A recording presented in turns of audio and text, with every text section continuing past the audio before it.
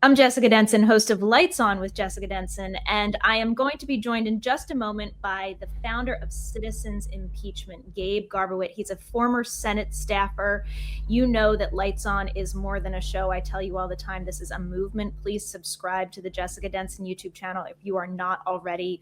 We are laser focused on this show on what can be done to remove this illegal criminal administration from power. This should be the normal conversation that we are having every single day. I've been listening to the news just today about the passing of Pope Francis and what a lesson in contrast of character, somebody who gave his life to public service, to lifting up those in need, to healing, to being a true representative of Christianity. And I say this, I'm not a Catholic myself, but it has really underscored to me just what an egregious situation we have with this selfish, grifting, con man, felon, illegal president inhabiting the White House.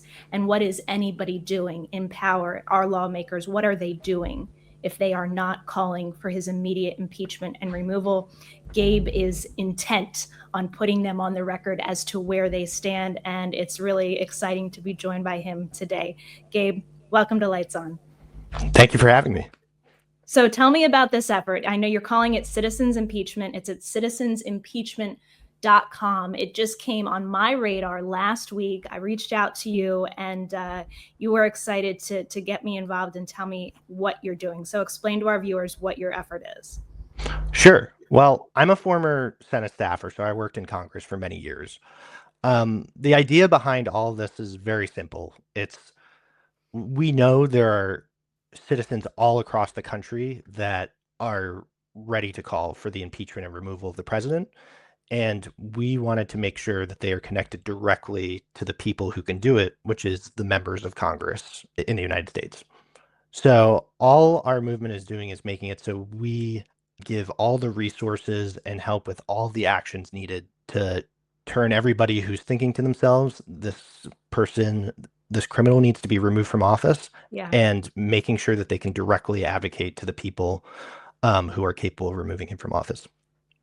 And now I know you have a tracker on your website, which I talked about last week. Just on Friday, we had John Bonifaz from Free Speech for People. And up until I found you, he was the biggest voice out there, their organization, in really spearheading the impeachment conversation. They have over 400,000 signatures on their petition, which is incredible.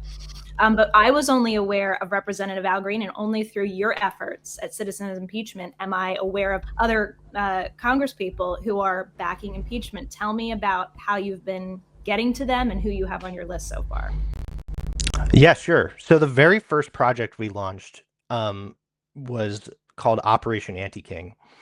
And what it was over a week period, we recruited people from 90% of the congressional districts in the United States. And we've located the emails of senior staffers in each member's office.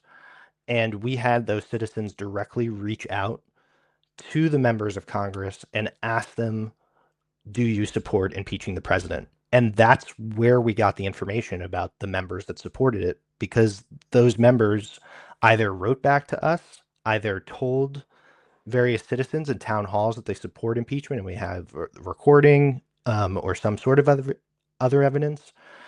And we directly asked them, and that way we were able to get more of them on the record. And afterwards, one of them even started posting publicly about it on social media and getting press attention for it. And yeah, that's the whole idea behind our project, is we need to ask these people where they stand, and then we need to push them to get them to stand for impeaching the most tyrannical president we've had in U.S. history.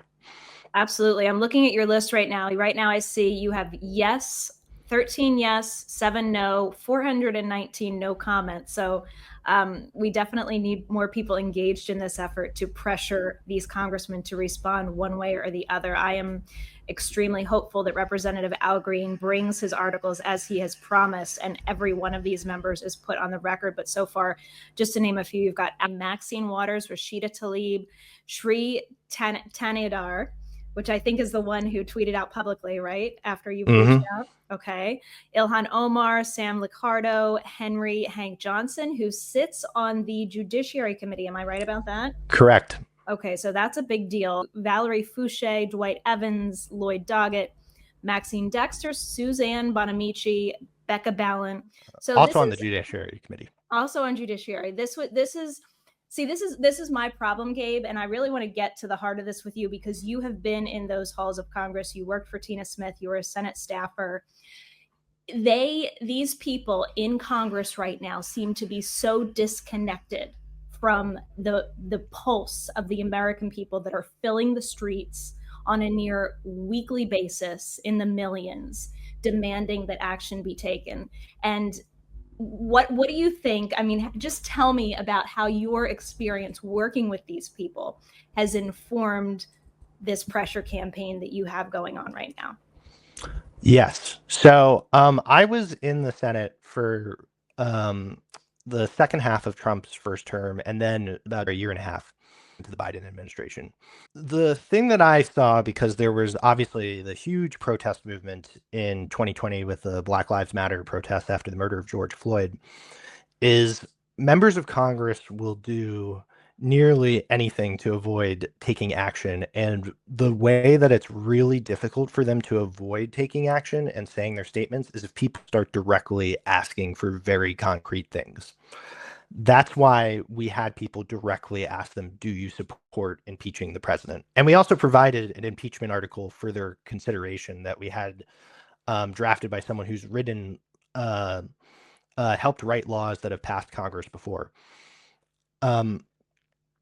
It is really, really important for citizens when they are in the streets, when they are protesting, to be laser focused on what they are asking for and make sure they ask for it. And that's what I say on this show all the time to my viewers. I say, go to these protests with signs that say impeach and remove Trump. Be clear about your demands. Exactly. It's so important. Yeah. This is like when this doesn't happen, that's when protest movements start fizzling out because members of Congress, then it sort of becomes up to them to decide what they think Yeah. the protest should be about. And when they start thinking that they can start spinning things, they can start moving things in different directions. And because there's no clear ask, things get disorganized. But when you focus and you ask, Yes. you eventually start forcing things. We actually, a few of those members, I had one member's office directly call me and say, like, we get it. Yeah. Like, there's a lot of constituents in our district asking about this. Yes, we support impeachment. And that is like exactly the sort of thing that ends up moving them. And the more people that do it, and the more people that strongly advocate and think entirely about who the people they're trying to convince and demanding those things, if all those people who are in the hands-off protests were directly advocating for impeachment, it would be by far the largest grassroots mobilization to advocate for something in Congress in modern history. Yeah. And yeah, Tell me about it it. absolutely would move members because they are all in their own little bubbles. DC is Yeah. famously one of the biggest bubbles of them all. And what I've also found is that the members realize it, and you can actually see it in some of their communications. Like I've seen communications from members that are literally like, "Give me feedback. I want to know." And Yes. people get frustrated because it's like, "Oh, we're obviously can't you figure out what we're doing?" And they should be able to figure it out, frankly, but they aren't. And that just means that they need to get like very explicit feedback. Yeah. Well, okay. Are you listening 5051, my friends in 5051? Are you listening AOC and Bernie Sanders? Like, what the hell are you doing with those 35,000 people in front of you? Like, I get criticism sometimes on this show. I'll be honest, Gabe, when I criticize some of the more outspoken people like a Bernie Sanders or an AOC because they are doing what a lot of others are not. You know, there's so many different levels of engagement here, but I just think if they were using those massive crowds that are showing up for them for impeachment and removal messaging. My God, what an opportunity they have. What an opportunity they have. Like John and I were talking about last week, when we go speak at rallies, when I speak at the rally I organized, I was crystal clear with my speakers this Veterans March. I said, if you want to speak, I'm more than happy to have you, but you have to be on board with our messaging, because I want people to leave here with an unmistakable message that what we want is the immediate removal of this illegal administration. And we were successful. We were successful in that. The stories that were written about 314 message that should be messaged at every single protest, every single event that is going on right now. And it's the natural and normal thing, right, Gabe? I mean, this is what's natural for this guy to be 100%. removed from office right now. Yes, like here's what I have to say about like allies in general in a movement, right? Yeah. Like I am pushing and you are pushing for the impeachment and removal of Donald Trump. So who are our allies? Our allies are the people who are pushing for the impeachment and removal of Donald Trump. And yes, and I think that's actually a fantastic strategy. I've talked about it for a while that some of these asks about working with members of Congress really needs to be conditional on making sure that they're taking that position. Yes. Because I think part of the reason with AOC and Bernie Sanders, people are hesitant to criticize is because they all, people think, oh, well, we know that they're like secretly in support of this. And for me, there is no secret position. It's if it's such a deeply held belief of yours, why wouldn't you just come out and publicly say it? Yes. There are tons of people who would love to hear from them that Yes. directly. And talking about fighting oligarchy is super important. And frankly, I think it's very related to standing up against tyrannical behavior from the president. I could talk about that specific topic all day, but that is not a concrete thing that can happen immediately. How is Yeah. it going to fight for oligarchy? And one more thing I'll say about Bernie Sanders specifically. Bernie Sanders has given in the Senate unanimous consent to Senate proceedings over 500 times since Trump has been sworn into office. He voted for one of Trump's nominees, Marco Rubio, but he also did things like give unanimous consent to give Mitch McConnell a round of applause for retiring.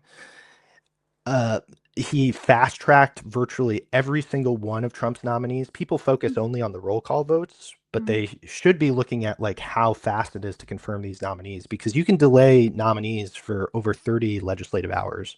One of those fast tracks excited the people who had objected to the 2020 election so much that Senator John Kennedy, who was one of those people from Louisiana, he literally said, "Thank you, Jesus," as he was reading out the unanimous consent agreement to fast track the nominations legislatively. And that is totally unacceptable. And that's why, like, I am not interested in like, oh, I think secretly they're good with this. I think everybody wants to see public action that shows that they're taking the threat seriously and articulating it. There's literally no reason not to be public about this. Just 100%. Zero reason. You sent me that descriptor on a unanimous consent, and I just it's kind of sickening. It's so sickening. And you even see someone like Cory Booker, who did that marathon speech and broke the record to filibuster, and you think that people like him, every single one of these senators, could have been could have been slowing down the motion of these confirmations by not giving that unanimous consent. Any single one of them could be slowing it down. And instead, they just let things go on as usual, business as usual, when we're dealing with literally a hijacking, a criminal hijacking of our democracy. Every stop should be pulled out to try to hamper their efforts. Yeah, 100%. What's remarkable about what's been happening in the Senate, and I've been focusing mostly on the House right now just because impeachment articles need to move out of the House to even get to the Senate. But what's been remarkable about what's happened in the Senate is, in fact, Trump's nominees have been confirmed at record rates. These are like the fastest confirmations since George W. Bush was president. It's not even like even some obstruction that seems somewhat consummate with the threat. I see speeches by senators saying things that sound very, um, this is abnormal, this is Yeah. unusual. But when I look Like at their actions, John said, they're really good at giving the diagnosis, but when it comes to the remedy, they're like, we have nothing we can do. yep, that sounds like a wise man. You were mentioning to me how most of your colleagues at Citizens Impeachment are not Senate staffers like you. So the level of being jaded is very low, which is good because it's that attitude of not giving yourself every excuse why what needs to be done can't be done, right? This non-functioning that our Congress seems to be in the realm of so often. But I just want to call out one of your co-founders, U.S. Air Force veteran Kira Havens. That's So right. it's wonderful to have a woman from the veteran space involved in this, because I think this is so tied. This is about oaths that are taken to defend and uphold our Constitution. The event that we had on 3/14 in honor of Section 3 of the 14th Amendment, which, by the way, I know you agree with me on this, they all violated on January 6th. This Yep. is a fundamental oath issue. They are standing up for the Constitution or they're not. Like John Boniface says, either we have an impeachment clause or we do not.